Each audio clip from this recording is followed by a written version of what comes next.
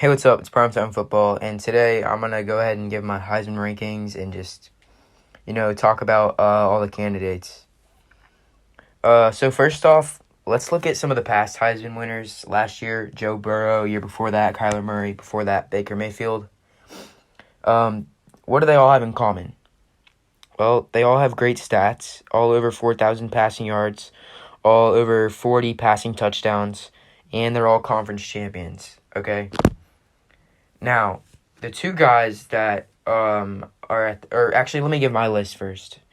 I got Zach Wilson, Trevor Lawrence, Justin Fields, Kyle Trask, Mac Jones, from 5 to 1. So let's look at the two guys at the top, Mac Jones and Kyle Trask. They both have pretty similar stats. I think Trask is leading quite a bit in touchdowns over Mac, but Mac is leading him in most of the other statistical categories, I guess you'd call it. But the reason I have Mac ahead is just because of Trask's loss to Texas A&M. Now, I know people are going to come out here and say, okay, well, Trask played great in that game. Okay, how can you blame that on him? Well, he played great, I know that. But a loss is a loss, Mac Jones played that same team, and he didn't lose. Beat him by 28 points.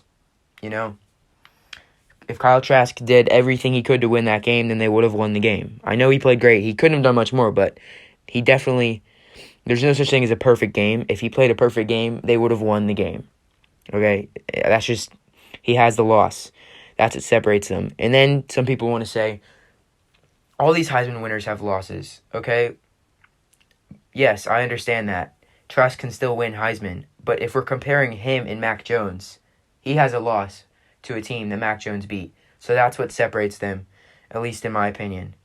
The good news for Trask is that he's got the same path to the playoff as Mac Jones. They're going to meet each other in Atlanta. Whoever wins that game is going to be the Heisman winner. Okay. Let's talk about Trevor Lawrence and Justin Fields right now. I think the two are in a pretty similar spot.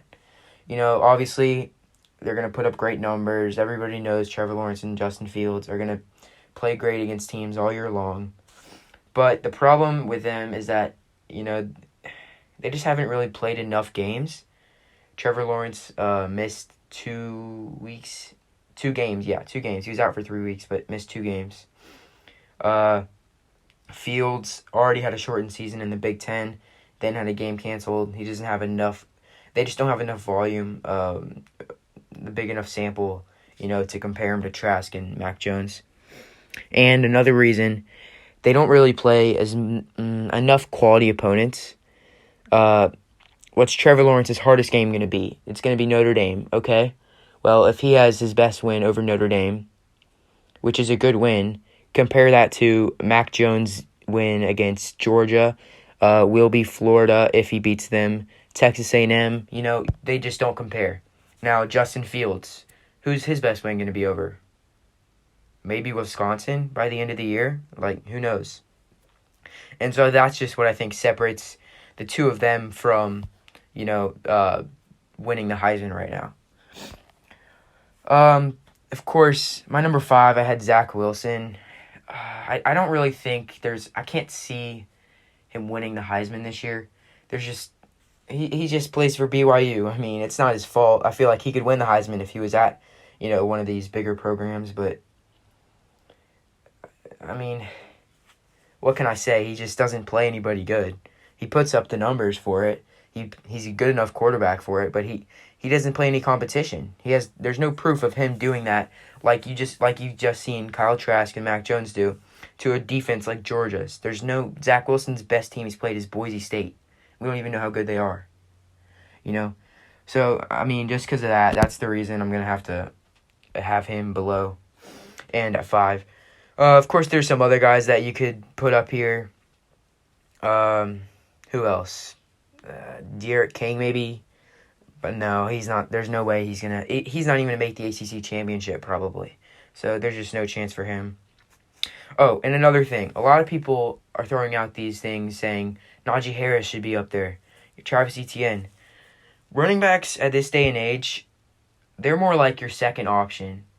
Because, as we know, an elite passing offense is what you need to get the job done and be an elite team, okay? All the top teams right now, not in any order, but Ohio State, they have an elite passing game. Justin Fields. Alabama, elite passing game. Mac Jones. Who else? Florida, elite passing game. Kyle Trask. You know, all these teams are pass-heavy teams. Now, Alabama has a great running back in Najee Harris, but I would say he's more of the second option for Alabama. When you're talking about playing against Alabama, you're thinking, oh, how are we going to stop these wide receivers? How are we going to stop Mac Jones? Najee Harris is a great player, don't get me wrong. He's really good. But he's not the first option for that team. And for that reason, same with Travis Etienne and Clemson. And, you know, for that reason, I just don't really see them winning a Heisman. Derrick Henry, he was the last running back to win the Heisman. When he was playing for Alabama, he was the number one option. It was, how do we stop Derrick Henry? And then the passing game will follow after that. So, you know, I just don't think we'll see running back win the Heisman at this day and age in college football, where passing game rules everything, you know? Well, that's going to do it for the video. Don't forget to like, comment down below, and subscribe as well. Thank you.